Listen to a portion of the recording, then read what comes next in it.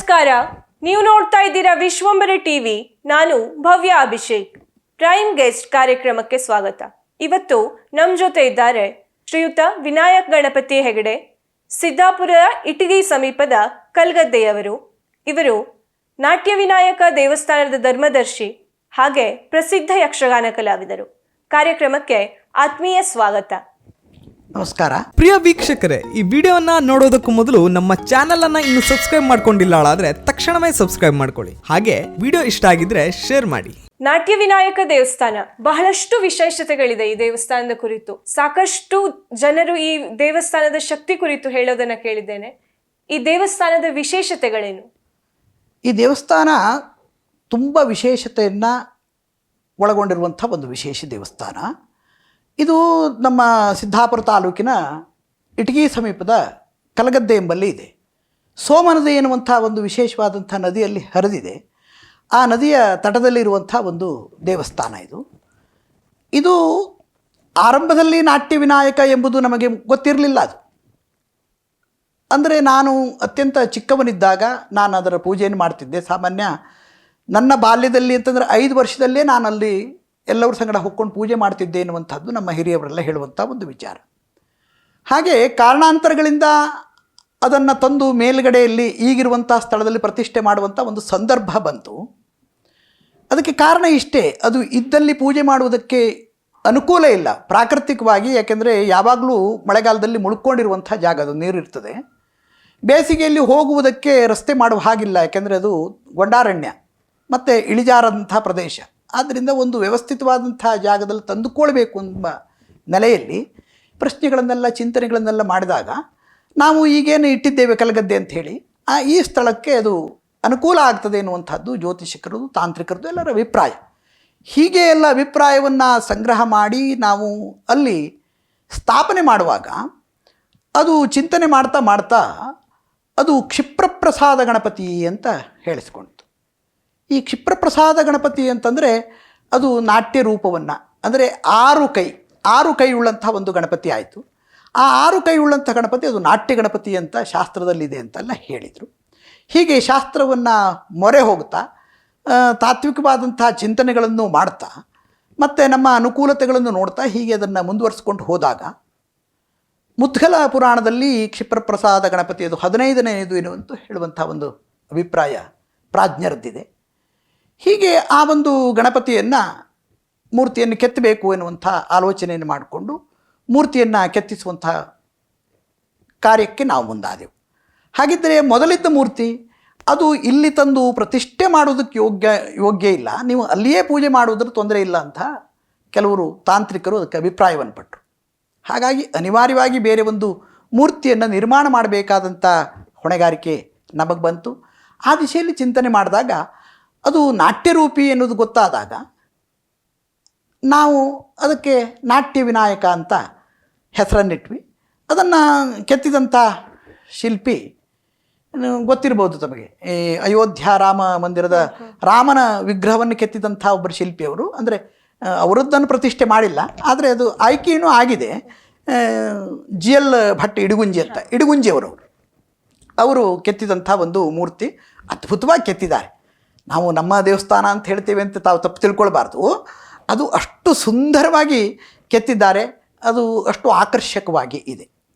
ಇನ್ನೊಂದು ನಾಟ್ಯ ರೂಪದಲ್ಲಿದೆ, 6 ಕೈ ಉಳ್ಳಂಥ ಗಣಪತಿ, ಜೊತೆಗೆ ಹಣೆಯಲ್ಲಿ ಕಣ್ಣಿದೆ, ತಲೆ ಮೇಲೆ ಒಂದು ಚಂದ್ರನಿದ್ದಾನೆ. ಹೀಗೆ ಸೊಂಡಿಲಲ್ಲಿ ಮೋದಕ ಇದೆ, ಕೈಯಲ್ಲಿ ಕಲ್ಪಲತ ಇದೆ. ಪಾಶ ಅಂಕುಶ ಯಾವಾಗಲೂ ಅದು ಮಹಾಗಣಪತಿಯ ಕೈಯಲ್ಲಿರುವಂಥ ಒಂದು ಆಯುಧ. ಇನ್ನೊಂದು ಕೈಯಲ್ಲಿ ಕಮಲಪುಷ್ಪ ಇದೆ. ಹೀಗೆ ಲಕ್ಷ್ಮೀ ಸಂಕೇತವಾದಂಥ ಒಂದು ಕಮಲಪುಷ್ಪವೂ ಇದೆ. ಹಾಗೆ ಕೈಯಲ್ಲಿ ಒಂದು ಬೀಜಾಫಲ ಇದೆ. ಹೀಗೆ ಎಲ್ಲ ರೀತಿಯ ಲಕ್ಷಣಗಳು, ದಶಲಕ್ಷಣಗಳು ಅಂತಲೂ ಹೇಳ್ತಾರೆ. ಹೀಗೆ ದಶಲಕ್ಷಣಗಳಿಂದ ಕೂಡಿದಂಥ ಗಣಪತಿ ಕಮಲದ ಪೀಠದಲ್ಲಿ ನಿಂತಿದ್ದಾರೆ. ಧೃತ ಪಾಶಾಂಕುಶವು ಕಲ್ಪಲತಾ ಸ್ವರದಶ್ಚ ಬೀಜಪೂರಯುತ ಶಶಿಕಲ ಕಲಿತ ಮೌಲಿ ತ್ರಿಲೋಚನೋರುಣಶ್ಚ ಗಜವದನ ಭಾಸುರಭೂಷಣ ದೀಪ್ತೋ ಬೃಹದುದರ ಪದ್ಮಪೀಠರೋಲ್ಲಸಿತ ವಿಘ್ನಪಯೋಧರ ಪವನ ಕರದೃತ ಕಮಲ ಸದಾಸ್ತುಮೇ ಭೂತೆ. ಹೀಗೆ ಈ ಲಕ್ಷಣಗಳುಳ್ಳಂಥ ಗಣಪತಿ ಕ್ಷಿಪ್ರಪ್ರಸಾದ ಗಣಪತಿ ಅಂತ ಹೇಳಿಸಿಕೊಳ್ತದೆ, ನಾಟ್ಯ ಗಣಪತಿ ಅಂತ ಕರೆಸ್ಕೊಳ್ತದೆ. ಇದೇ ಲಕ್ಷಣದಲ್ಲಿ ಇದೆ. ಕೈಯಲ್ಲಿ ಪಾಶಾಂಕುಶ ಇದೆ, ಕಲ್ಪಲತೆ ಇದೆ, ಕಮಲ ಪುಷ್ಪ ಇದೆ, ಹಾಗೆ ಬೀಜಾಫಲ ಇದೆ, ಹಾಗೆ ಕಮಲದ ಪೀಠದ ಮೇಲೆ ನಿಂತ್ಕೊಂಡಿದ್ದಾನೆ, ಹೀಗೆ ಹಣೆಯಲ್ಲಿ ಕಣ್ಣು, ತಲೆ ಮೇಲೆ ಚಂದ್ರ, ಹೀಗೆ ಇಂಥ ವಿಶೇಷಗಳಿದೆ. ಕೇವಲ ಮೂರ್ತಿಯಲ್ಲಿ ಅಷ್ಟೇ ವಿಶೇಷ ಅಂತಲ್ಲ, ಆ ಸ್ಥಳದಲ್ಲಿ ಅನೇಕ ಕಾರ್ಯಕ್ರಮಗಳು ಧಾರ್ಮಿಕವಾಗಿ ತುಂಬ ನಡೆದಿದ್ದಾವೆ. ಬಲ್ಲವರು ನಮ್ಮ ಹಿರಿಯರೆಲ್ಲ ಹೇಳ್ತಿದ್ದರು, ನಾವು ಅಲ್ಲಿ ಹೋಗಿ ಕಾಯಂ ವಾಸ್ತವ್ಯ ಮಾಡೋದಕ್ಕಿಂತ ನಮ್ಮ ಹಿರಿಯರು ಮೊದಲು ನಮ್ಮದೊಂದು ಬಿಡಾರ ಇತ್ತಂತೆ ಅಲ್ಲಿ. ಆ ಸಂದರ್ಭದಲ್ಲಿ ಭಗವಾನ್ ಶ್ರೀಧರ ಸ್ವಾಮೀಜಿಯವರು ಏಕಾಂತವಾಗಿ ತಪಸ್ಸನ್ನು ಆ ಕ್ಷೇತ್ರದಲ್ಲಿ ಮಾಡಿದ್ರು ಅಂತ ಅವರೆಲ್ಲ ಹೇಳ್ತಾರೆ. ಹೀಗೆ ಆ ನಂತರದಲ್ಲಿ ಅದೇನಾಯಿತು ಅಂದರೆ ನನ್ನಿಂದಲಾಗಿ ಆ ಒಂದು ಗಣಪತಿಯ ಪ್ರತಿಷ್ಠೆ ಆಯಿತು. ಮೇಲದನ್ನು ತರಬೇಕು ಅಂತ ಹೇಳಿ ದೇವಸ್ಥಾನವನ್ನು ಮಾಡಿದಾಗ ಎಡೆನೀರು ಮಠದ ಸ್ವಾಮೀಜಿಗಳಾದಂಥ ಕೇಶವಾನಂದ ಭಾರತೀ ಮಹಾಸ್ವಾಮೀಜಿಗಳು ಆ ದೇವಸ್ಥಾನಕ್ಕೆ ಶಂಕುಸ್ಥಾಪನೆಯನ್ನು, ಶಿಲಾನ್ಯಾಸವನ್ನು ಮಾಡಿಕೊಟ್ರು. ಹಾಗೆ ನಂತರದಲ್ಲಿ ಅದರ ಪ್ರತಿಷ್ಠೆಯನ್ನು ನಮ್ಮ ಗುರುವರರಾದಂತಹ ಶ್ರೀಮದ್ ಜಗದ್ಗುರು ಶಂಕರಾಚಾರ್ಯ ಶ್ರೀ ರಾಘವೇಶ್ವರ ಭಾರತೀ ಮಹಾಸ್ವಾಮಿಗಳು ಅವರು ಅಮೃತಹಸ್ತದಿಂದ ಅದರ ಪ್ರತಿಷ್ಠೆಯನ್ನು ಮಾಡಿದರು. ಹಾಗೆ ಕೆಲವೇ ಸಂದರ್ಭದಲ್ಲಿ ಅದಕ್ಕೊಂದು ಸುಂದರವಾದಂಥ ರಜತದ ಮುಖವನ್ನು ಅಂದರೆ ಕವಚವನ್ನು ಅರ್ಪಣೆ ಮಾಡುವಂಥ ಸಂದರ್ಭ ಬಂತು. ಶ್ರೀಮದ್ ಜಗದ್ಗುರು ಶಂಕರಾಚಾರ್ಯ ಸ್ವರ್ಣಮಲ್ಲಿ ಗಂಗಾಧರೇಂದ್ರ ಸರಸ್ವತಿ ಮಹಾಸ್ವಾಮಿಗಳು ಬಂದರು, ಆ ಪುಣ್ಯ ಕಾರ್ಯವನ್ನು ನೆರವೇರಿಸಿಕೊಟ್ರು. ಆ ನಂತರದಲ್ಲಿ ನಮ್ಮೊಂದಿಗೆ ಯಾವಾಗಲೂ ತಮ್ಮ ಆಶೀರ್ವಾದವನ್ನು ಇತ್ತು. ಆ ಕ್ಷೇತ್ರಕ್ಕೆ ವಿಶೇಷವಾದಂಥ ಕಾರ್ಯಕ್ರಮಗಳನ್ನೆಲ್ಲ ನನ್ನಿಂದ ಭಾಳ ಮೊದಲಿಂದ, ಈಗ 30 ವರ್ಷದ ಹಿಂದಿನಿಂದಲೂ ಮಾಡಿಸ್ತಾ ಬಂದಂಥವರು ಸದ್ಗುರು ದೇವಿಗಿ ರಾಮಾನಂದ ಅವಧೂತ ಮಹಾಸ್ವಾಮಿಗಳು.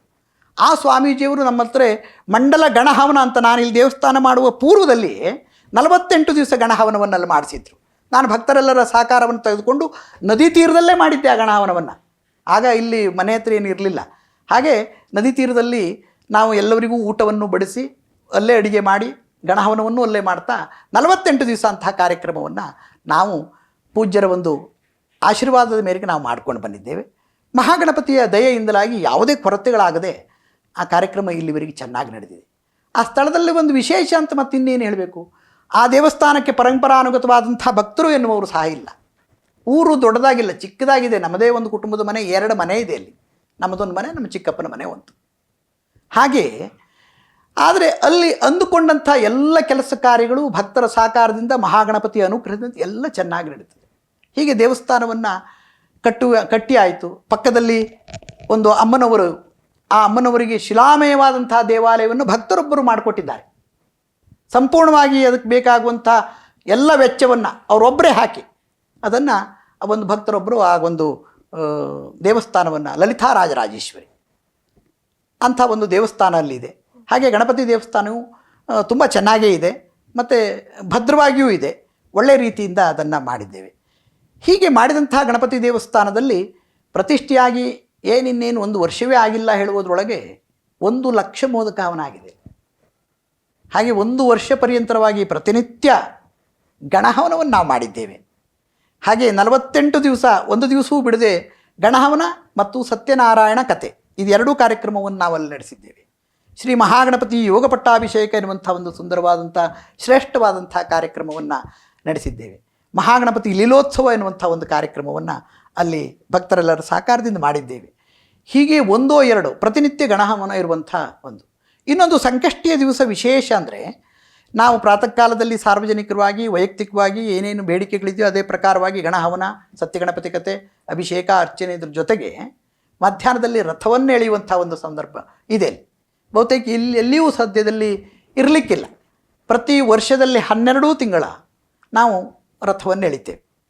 ಆ ರಥವನ್ನು ಎಳೆದ ನಂತರದಲ್ಲಿ ಪ್ರಸಾದ ಭೋಜನ ಅಂತ, ಎಷ್ಟೇ ಜನ ಭಕ್ತರಿದ್ದರೂ ಆ ಭಕ್ತರಿಗೆ ಅಲ್ಲಿ ಪ್ರಸಾದ ಭೋಜನವನ್ನು ಬಡಿಸುವಂಥ ಒಂದು ವ್ಯವಸ್ಥೆಯು ನಾವೀಗಾಗಲೇ ಕಲ್ಪಿಸಿಕೊಂಡು ಬಂದಿದ್ದೇವೆ. ಹಾಗೆ ನಾವೆಲ್ಲ ಯೋಚಿಸ್ತಾ ಇರುವಂಥದ್ದು ಇನ್ನೊಂದು ಅಂದರೆ, ಅತ್ಯುತ್ತಮವಾದಂತಹ ಕಾರ್ಯಕ್ರಮ, ಎಲ್ಲವೂ ನಡೆದದ್ದು ಒಳ್ಳೆಯ ಕಾರ್ಯಕ್ರಮವೇ, ಒಂದಕ್ಕಿಂತ ಒಂದು ಚೆನ್ನಾಗಿ ನಡೆದಿದೆ. ನಾವು ಕಳೆದ ವರ್ಷ 2023ರಲ್ಲಿ ಒಂದು ಸಂಕಲ್ಪವನ್ನು ಮಾಡಿದ್ವಿ. ಲೋಕ ಕಲ್ಯಾಣಾರ್ಥವಾಗಿ ಎಲ್ಲೆಲ್ಲಿಯೂ ರೋಗ, ಎಲ್ಲೆಲ್ಲಿಯೂ ಪೀಡೆ ಇತ್ಯಾದಿಗಳೆಲ್ಲ ನಿವಾರಣೆ ಆಗಬೇಕು. ಒಟ್ಟಿನಲ್ಲಿ ಮನುಷ್ಯ ಭಗವಂತನ ಕಡೆ ಒಂದಿಷ್ಟು ಹೆಜ್ಜೆಯನ್ನು ಇಡಬೇಕು. ಕೇವಲ ಎಲ್ಲ ತಾನೇ ಮಾಡಿದ್ದೇನೆ ಎನ್ನುವಂಥ ಇಂಥ ಒಂದು ಭಾವನೆಯಿಂದ ಬದುಕಬಾರ್ದು, ಶ್ರೇಷ್ಠವಾದದ್ದನ್ನು ನಾವು ಆಚರಿಸಬೇಕು ಎನ್ನುವಂಥ ಒಂದು ನೆಲೆಯಲ್ಲಿ ಗಾಯತ್ರಿ ಮಹಾಸತ್ರ ಮಹಾನ್ ಸಂಕಲ್ಪ ಎನ್ನುವಂಥ ಒಂದು ಕಾರ್ಯಕ್ರಮ ಇಟ್ಕೊಂಡ್ವಿ. ಅದು 365 ದಿವಸ ಅದನ್ನು ಮಾಡಬೇಕು. ನಾವು ಒಮ್ಮೆ ಸ್ಥಾಪಿಸಿದಂತಹ ಅಗ್ನಿ ಅದು ಎಲ್ಲಿಯೂ ಆರದೇ ಇದ್ದಾಗ ನೋಡಿಕೊಳ್ಬೇಕು. ಇದು ಪ್ರಧಾನವಾದಂಥದ್ದು. ಪ್ರತಿನಿತ್ಯ ಅದಕ್ಕೆ ಆಹುತಿಯನ್ನು ಹಾಕಬೇಕು. ಇದು ನಮ್ಮ ಯೋಚನೆ. ಆ ಯೋಚನೆ ಪ್ರಕಾರವಾಗಿ ನಾವು ಆ ಕಾರ್ಯಕ್ರಮವನ್ನು ಕೈಗೆತ್ತಿಕೊಂಡಾಗ ನಾವು ಅದನ್ನು ಪೂಜ್ಯರಾದಂಥ ರಾಘವೇಶ್ವರ ಭಾರತೀ ಸ್ವಾಮೀಜಿಯವರ ಆಶೀರ್ವಾದವನ್ನು ಪಡ್ಕೊಂಡು ಗಂಗಾಧರೇಂದ್ರ ಸರಸ್ವತಿ ಮಹಾಸ್ವಾಮೀಜಿಗಳ ಒಂದು ಆಗಮನದಿಂದಲ ಅದನ್ನು ಆ ಕಾರ್ಯಕ್ರಮವನ್ನು ನಾವು ಆರಂಭವನ್ನು ಮಾಡಿದ್ವಿ. ಹೀಗೆ ಮಾಡಿದಂತಹ ಕಾರ್ಯಕ್ರಮ ಯಾವುದೇ ತೊಂದರೆ ಆಗದೆ ಶ್ರೀ ಮಹಾಗಣಪತಿಯ ಕೃಪೆ ಮತ್ತು ಗುರುಗಳ ಆಶೀರ್ವಾದ ಇದರಿಂದಲಾಗಿ 365 ದಿವಸ ಅಂತ ನಾವೇನು ಹೇಳ್ಕೊಂಡಿದ್ವಿ ಅದು 372 ದಿವಸ ಮತ್ತು ಅಧಿಕವಾಗಿಯೇ ಮುಕ್ತಾಯ ಆಯಿತು. ಅಧಿಕಸ್ಯ ಅಧಿಕ ಫಲ. ಹಾಗಾಗಿ ಒಳ್ಳೆಯ ಫಲವನ್ನು ಯಾವ ಭಂಗವೂ ಆಗಲಿಲ್ಲ. ಮಧ್ಯಂತರದಲ್ಲಿ ನಮ್ಮ ಆರೋಗ್ಯ ತೊಂದರೆ ಆದರೂ ಕಂಗಾಲಾಗಬೇಕಾದಂಥ ಯಾವ ಸನ್ನಿವೇಶವೂ ಬರಲಿಲ್ಲ. ಮತ್ತು ಇಷ್ಟೆಲ್ಲ ದ್ರವ್ಯಗಳು ಇಷ್ಟೆಲ್ಲ ದಿವಸ ಬೇಕಾಗುವಂಥದ್ದು ಎಲ್ಲಿಂದ ತರೋದು ಎನ್ನುವಂಥ ಚಿಂತೆ ಆರಂಭದಲ್ಲಿ ಇತ್ತು. ಆದರೆ ಭಕ್ತರು ಅಥವಾ ಭಗವಂತ ಅದು ಏನು ಕೊರತೆ ಆಗದಿದ್ದ ಹಾಗೆ ನೋಡಿಕೊಂಡು ಆ ಕಾರ್ಯಕ್ರಮ ಅತ್ಯಂತ ಯಶಸ್ವಿ ಆಯಿತು ಅಂತ ಹೇಳುವುದಕ್ಕೆ ಇವತ್ತು ನನಗೆ ತುಂಬ ಹೆಮ್ಮೆ ಆಗ್ತಾ ಇದೆ, ತುಂಬ ಹೆಮ್ಮೆ ಆಗ್ತಾ ಇದೆ. ಹಾಗೆ ಇನ್ನೊಂದು ಅಂತಂದರೆ ಯಾವುದೇ ಪುಣ್ಯಕ್ಷೇತ್ರ ಇರಲಿ, ಧರ್ಮಕ್ಷೇತ್ರ ಇರಲಿ, ಯಾವುದೂ ಇರಲಿ, ಅದು ಜನರಿಗೆ ಒಂದು ರೀತಿಯ ಸಮಾಧಾನವನ್ನು ಕೊಟ್ಟಾಗ ನಮಗೆ ಭಾಳ ತೃಪ್ತಿ. ಈಗ ಆ ದೇವಸ್ಥಾನದ ಒಬ್ಬ ಮುಖ್ಯಸ್ಥನಾಗಿ, ಸಂಘಟಕನಾಗಿ, ಅಥವಾ ನನ್ನನ್ನು ಪ್ರಧಾನ ವಿಶ್ವಸ್ತ ಅಂತ ಕರೀತಾರೆ, ಹಾಗೆ ಕರೆಸಿಕೊಳ್ಳುವಂಥ ನಾನು ನನ್ನದಾದಂತಹ ಕರ್ತವ್ಯವನ್ನು ಮಾಡುವಾಗ ನನಗೆ ಯಾಕೆ ಸಮಾಧಾನ ಅಂತಂದರೆ ಅಲ್ಲಿ ನಾನು ಗಮನಿಸ್ತಾ ಇದ್ದೇನೆ ಎಂತಹ ಕಷ್ಟ ಸಂಕಷ್ಟ ಅಂತ ಜನ ಬಂದರೂ ಅದು ಪರಿಹಾರ ಆಗಿದೆ. ಹೇಗೆ ಪರಿಹಾರ ಆಗಿದೆ? ಮನೆಗೆ ಹೋಗುವುದರೊಳಗೆ ನಮಗೆ ಇಷ್ಟು ಒಳ್ಳೆಯ ಸುದ್ದಿ ಬಂದಿದೆ ಅಂತ ಫೋನ್ ಮಾಡ್ತಾರೆ ಈಗ. ಅದಕ್ಕಾಗಿ ಅದು ಕ್ಷಿಪ್ರ ಪ್ರಸಾದ ಗಣಪತಿ. ಕೇವಲ ಶ್ಲೋಕ ಧ್ಯಾನ ಇತ್ಯಾದಿಗಳಿಂದ ಕ್ಷಿಪ್ರ ಅಂತಲ್ಲ, ಅನುಭವದಲ್ಲಿಯೂ ಹಾಗೆ ಬಂದಿದೆ. ಕ್ಷಿಪ್ರವಾಗಿ ಕೊಡ್ತಾ ಇದ್ದಾನೆ ಅವನು. ನೀವೇನನ್ನೇ ಕೇಳಿ. ನಾನು ಒಂದೆರಡು ಹೆಸರು ಹೇಳುವುದಿಲ್ಲ, ನಮ್ಮದೆಲ್ಲ ಪದ್ಧತಿ ಇಲ್ಲ. ದಯಮಾಡಿ ತಾವು ಅಂಥ ವಿಚಾರದಲ್ಲಿ ಪ್ರಶ್ನೆಯನ್ನು ಕೇಳಬಾರ್ದು, ಒತ್ತಡವನ್ನು ಹಾಕಬಾರ್ದು. ನಾನು ಒಂದೆರಡು ಅನುಭವವನ್ನು ತಮ್ಮಲ್ಲಿ ಹೇಳ್ಕೊಳ್ತೇನೆ. ಅಂದರೆ ಒಬ್ಬರಿಗೆ ಬಹುತೇಕ ಅವರು ಇಲ್ಲಿ ಸಿರ್ಸಿ ಹತ್ರದವರು, ಅವ್ರಿಗೆ ಸಂತಾನ ಆಗಿರಲಿಲ್ಲ. ಮದುವೆ ಆಗಿ 9-10 ವರ್ಷದಲ್ಲಿ ಏನೋ ಆಗಿತ್ತು. ಆದರೆ ವೈದ್ಯರಲ್ಲೆಲ್ಲ ಸಲಹೆ ಕೇಳಿದಾಗ ಅವರಿಗೆ ಸಂತಾನ ಆಗುವುದಿಲ್ಲ ಎನ್ನುವಂಥ ಒಂದು ಅಭಿಪ್ರಾಯವನ್ನು ಕೊಟ್ಟಿದ್ದರಂತೆ. ಆದರೆ ನಮ್ಮ ದೇವಾಲಯಕ್ಕೆ ಬಂದರು, ಯಾರೋ ಹೇಳಿದರು, ದೇವಾಲಯಕ್ಕೆ ಬಂದರು, ಪ್ರಾರ್ಥನೆಯನ್ನು ಮಾಡಿಕೊಂಡ್ರು, ಶುದ್ಧವಾದಂಥ ಬೆಳ್ಳಿಯನ್ನು ದೇವರಿಗೆ ಒಪ್ಪಿಸ್ತೇನೆ ಅಂತ ಹೇಳಿದರು. ಹಾಗೆ ಗಣಹವನವನ್ನು ತತ್ಕ್ಷಣದಲ್ಲಿ ಮಾಡಿಸಿದರು. ಇವತ್ತು ಗಂಡು ಮಗು, ಒಳ್ಳೆಯ ಮಗು, ಭಾಳ ಚೆನ್ನಾಗಿದೆ, ಸುಂದರವಾದಂಥ ಮಗು, ಚೆನ್ನಾಗಿದೆ. ಮತ್ತು ಬೆಳ್ಳಿಯನ್ನು ಅವರಂದು ಒಪ್ಪಿಸಿದ ಬೆಳ್ಳಿಯೇ ಇವತ್ತು ಗಣಪತಿಗೆ ಸುಂದರವಾದಂಥ ಮುಖ ಆಗಿ ಕೂತ್ಕೊಂಡಿದೆ. ಅಂದರೆ ಭಗವಂತನಿಗೆ ಅವರಿಂದ ತಗೊಳ್ಬೇಕಂತ ಮನಸ್ಸೂ ಇತ್ತು. ಅವರಿಗೆ ಭಗವಂತ ತಗೊಂಡ ಮೇಲೆ ಸುಮ್ಮನೆ ತಗೊಳ್ಳೋದಿಲ್ಲ. ಅವನೇನು ತಗೊಳ್ತಾನೋ ಅದಕ್ಕೆಲ್ಲ ಏನು ಬೇಕು ಅದರ ಎಷ್ಟೋ ಪಟ್ಟು ಕೊಟ್ಟಿರ್ತಾನೆ. ಅವರಿಗೆ ಶಾಶ್ವತವಾದಂಥ ಅವ್ರ ಜೀವನದಲ್ಲಿರುವಂಥ ಕೊರಗನ್ನು ಅವನು ಕಳೆದಿದ್ದಾನೆ ಅಂತ. ಹಾಗೆ ಇನ್ನೂ ಕೆಲವರು, ಅದಂತೂ ತುಂಬ ಜನರಿದ್ದಾರೆ, ಆಕ್ಸಿಡೆಂಟ್ ಆಗಿ ಬೇರೆ ಬೇರೆ ಸಂದರ್ಭದಲ್ಲಿ ಕೋಮಾವಸ್ಥೆಗೆ ಹೋದವರು, ಕರೋನಾದಲ್ಲಿ ಕೋಮಾವಸ್ಥೆಗೆಲ್ಲ ಹೋದವರು, 20-24 ದಿವಸ ಆಸ್ಪತ್ರೆಯಲ್ಲಿ ಮಣಿಪಾಲದಲ್ಲೋ ಮಂಗಳೂರಲ್ಲಿದ್ದು ಕೋಮಾವಸ್ಥೆಯಲ್ಲಿದ್ದಾರೆ. ಇನ್ನೇನು ಮಾಡೋದು ಅಂತ ಕೇಳಿದಾಗ ಇಲ್ಲಿ ಬಂದು, ಉದಾಹರಣೆಗೆ ಶುಕ್ರವಾರ ಬಂದಿದ್ದಾರೆ ಸಾಯಂಕಾಲ, ಶನಿವಾರ ದಿವಸ ಅವರ ಕುರಿತಾಗಿ ಶ್ರೀ ಮಹಾಗಣಪತಿಗೆ ಒಂದು ತೈಲಾಭಿಷೇಕವನ್ನು ಮಾಡಿದ್ವಿ. ಶನಿವಾರ ನಾವು ಬೆಳಗ್ಗೆ 10 ಗಂಟೆಗೆ ಇಲ್ಲಿ ಅವರ ಹೆಸರಿನಲ್ಲಿ ಪ್ರಾರ್ಥನೆ ಮಾಡಿ ಎಣ್ಣೆ ಅಭಿಷೇಕವನ್ನು ಮಾಡಿದರೆ 3:30-4 ಗಂಟೆಗೆ ಅವರು ಮಾತಾಡಿದ್ದೆ ಇದೆ. ಇವತ್ತು ಆರಾಮಾಗಿ ದೇವಸ್ಥಾನಕ್ಕೆ ಬರ್ತಾ ಇದ್ದಾರೆ, ಚೆನ್ನಾಗಿದ್ದಾರೆ. ಹೀಗೆ ಇಂಥದ್ದೆಲ್ಲ ಕಲ್ಪನೆ ಮಾಡಲಿಕ್ಕೆ ಸಾಧ್ಯ ಇಲ್ಲ. ಹೀಗೆ ಹೇಳ್ತಾ ಹೋದರೆ ಅದು ವಿದ್ಯಾಭ್ಯಾಸದಿರ್ಬೋದು. ಅದ್ರಾಗಂತೂ ವಿವಾಹ ಮತ್ತು ಸಂತಾನಕ್ಕೆ ನಾನು ನೋಡಿದ ಹಾಗೆ ನನಗೆ ಕೆಲವೊಮ್ಮೆ ಆಶ್ಚರ್ಯ ಆಗ್ತದೆ. 40 ವರ್ಷ 45 ವರ್ಷ ಆಗಿದೆ, ಇನ್ನೇನು ಅವ್ರಿಗೆ ಮಕ್ಕಳಾಗ್ತಾರೆ ಎನ್ನುವಂಥ ಉಪೇಕ್ಷೆ ಮಾಡುವಂಥ ಇದ್ದವರಿಗೂ ಸಂತಾನ ಇವತ್ತಾಗಿದೆ. ಅಂಥ ಅದ್ಭುತವಾದಂಥ ಒಂದು ಜಾಗ ಇದು. ಹಾಗಾಗಿ ಅಲ್ಲಿ ಪ್ರಸಾದ ಕೇಳಲಿಕ್ಕೆ ಬರುವುದು ಎನ್ನುವಂಥದ್ದೊಂದು ಶಬ್ದವನ್ನು ಭಕ್ತರು ಹೇಳಿಬಿಟ್ಟಿದ್ದಾರೆ. ಹಾಗಿಲ್ಲ, ಅಲ್ಲಿ ಪ್ರಾರ್ಥನೆಗಾಗಿ ಬರುವುದು.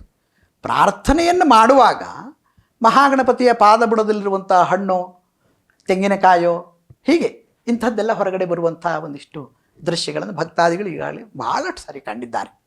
ಹೀಗೆ ನಾವು ಮೊನ್ನೆ ಲಕ್ಷ ಪುಷ್ಪಾರ್ಚನೆ ಅಂತ ಭಕ್ತರ ಸಹಕಾರದಿಂದ ಕಳೆದ ಸಂಕಷ್ಟಿಯ ದಿವಸ ನಾವು ಮಾಡಿ ಆಯಿತು. ನಾವು 1 ಲಕ್ಷ ಪುಷ್ಪಾರ್ಚನೆಯನ್ನು ಮಾಡಬೇಕು ಅಂತ ಮಾಡಿದ್ವಿ, ಅದು 1.5 ಲಕ್ಷದ ಹತ್ತಿರ ಹೋಗಿದೆ. ಅಂದರೆ ದೇವರ ಮಹಿಮೆ ಅದು. ಆ ಸಂದರ್ಭದಲ್ಲಿ ಕೊನೆಗೆ ಯಾರೋ ಒಂದು ಭಕ್ತರು ಬಂದಿದ್ದರು. ಅವತ್ತು ಹಾಗೆ ತೆಂಗಿನಕಾಯಿ ಹೊರಗಡೆ ಯಾವ ರೀತಿಯಲ್ಲಿ ಬಂತು ಅಂತಲೇ ಗೊತ್ತಾಗಲಿಲ್ಲ, ಬಾಗಿಲನ್ನು ದಾಟಿ ಬಂದುಬಿಟ್ಟಿದೆ ಹೊರಗಡೆ. ಇಂಥದ್ದನ್ನೆಲ್ಲ ನಾವು ನೋಡ್ಬೋದು. ಅಲ್ಲಿ ಆಕಸ್ಮಿಕವಾಗಿ ಅಂಥದ್ದೆಲ್ಲ ಕಾಣ್ತದೆ. ಇದನ್ನೆಲ್ಲ ನೋಡಿದಾಗ ನನಗೆ ಅನಿಸುವುದು, ಅಥವಾ ನನ್ನ ಅನುಭವ, ಅದು ಅತ್ಯಂತ ಜಾಗೃತವಾದಂತಹ ಮಹಾಗಣಪತಿಯ ಒಂದು ಸ್ಥಳ. ನೀವು ಖಂಡಿತವಾಗಿ ಹೇಳ್ತೇನೆ, ನಾನು ಈ ಮೂಲಕವಾಗಿ ಕೇಳ್ಕೊಳ್ತೇನೆ, ನಾನು ಯಾವುದೇ ಕಷ್ಟ ಇರಲಿ ನಾನು ಧೈರ್ಯವಾಗಿ ಹೇಳ್ತೇನೆ, ಅಲ್ಲಿ ಪ್ರಾಮಾಣಿಕವಾಗಿ ನೀವು ಬಂದು ನಾಟ್ಯ ವಿನಾಯಕ ದೇವರ ಸನ್ನಿಧಾನದಲ್ಲಿ ಪ್ರಾರ್ಥನೆ ಮಾಡಿದ್ದು ಸತ್ಯ ಅಂತಂದರೆ ಅವರು ಹೆದರಬೇಕಾದದ್ದಿಲ್ಲ, ಭಯಪಡಬೇಕಾದದ್ದಿಲ್ಲ. ಯಾವ ರೀತಿಯಲ್ಲಿ ಅದು ಪರಿಹಾರ ಆಗ್ತದೆ ಅಂತ ಬಂದು ನೋಡಿದವರಿಗೆ ಮಾತ್ರ ಗೊತ್ತು, ಬಂದು ನೋಡಿದವರಿಗೆ ಮಾತ್ರ ಗೊತ್ತು. ಅಷ್ಟು ಅತ್ಯಂತ ವಿಶೇಷವಾಗಿದೆ. ಆದ್ದರಿಂದ ಅಲ್ಲಿ ಅದಕ್ಕೆ 2-3 ಕಾರಣ ಇದೆ. ಅಲ್ಲಿ ನಿತ್ಯ ನಡೆಯುವಂಥ ಒಂದು ಕಾರ್ಯಕ್ರಮ, ಒಂದಾನೊಂದು ಕಾಲದಲ್ಲಿ ಪೂಜ್ಯರಾದಂಥ ಶ್ರೀಧರರಂಥವ್ರು ಮಾಡಿದಂಥ ತಪಸ್ಸಿನ ಫಲ. ಇನ್ನೊಂದೆಡೆಯಲ್ಲಿ ಹೀಗೆ ಈಗಿನ ಎಲ್ಲ ಪೀಠಾಧಿಪತಿಗಳು ವರ್ತಮಾನದ ಎಲ್ಲರೂ ತಪಸ್ವಿಗಳೇ, ಎಲ್ಲರೂ ಅನುಷ್ಠಾನಿಕರೇ, ಎಲ್ಲರೂ ಸಾಮರ್ಥ್ಯ ಇರುವವರೇ. ಅವರೆಲ್ಲ ಬಂದು ತಮ್ಮ ತಮ್ಮದಾದಂಥ ಶಕ್ತಿಯನ್ನು ಅಲ್ಲಿ ವ್ಯಯಿಸಿದ್ದಾರೆ. ಅವರು ಈ ಎಲ್ಲದರ ಕಾರಣದಿಂದ ಅದಕ್ಕೊಂದು ವಿಶೇಷವಾದಂತಹ ಒಂದು ಪ್ರಭಾವ ಬಂದಿದೆ. ಖಂಡಿತ ಹೇಳೋದ್ರಲ್ಲಿ ಅದಕ್ಕೆ ನನಗೆ ಯಾವುದೇ ಸಂದೇಹ ಇಲ್ಲ, ನನಗೆ ಕಿಂಚಿತ್ತೂ ಅನುಮಾನಗಳಿಲ್ಲ. ಯಾಕೆಂದರೆ ಅಲ್ಲಿ ಕಾರ್ಯಕ್ರಮ ನಾವು ಕೈಗೆತ್ತಿಕೊಳ್ಳುವುದು ಹೇಗೆ ಅಂತಂದರೆ, ನಾವು ಯಾರು ಹೇಳಿದ್ದನ್ನೆಲ್ಲ ಎತ್ಕೊಳ್ಳೋದಿಲ್ಲ.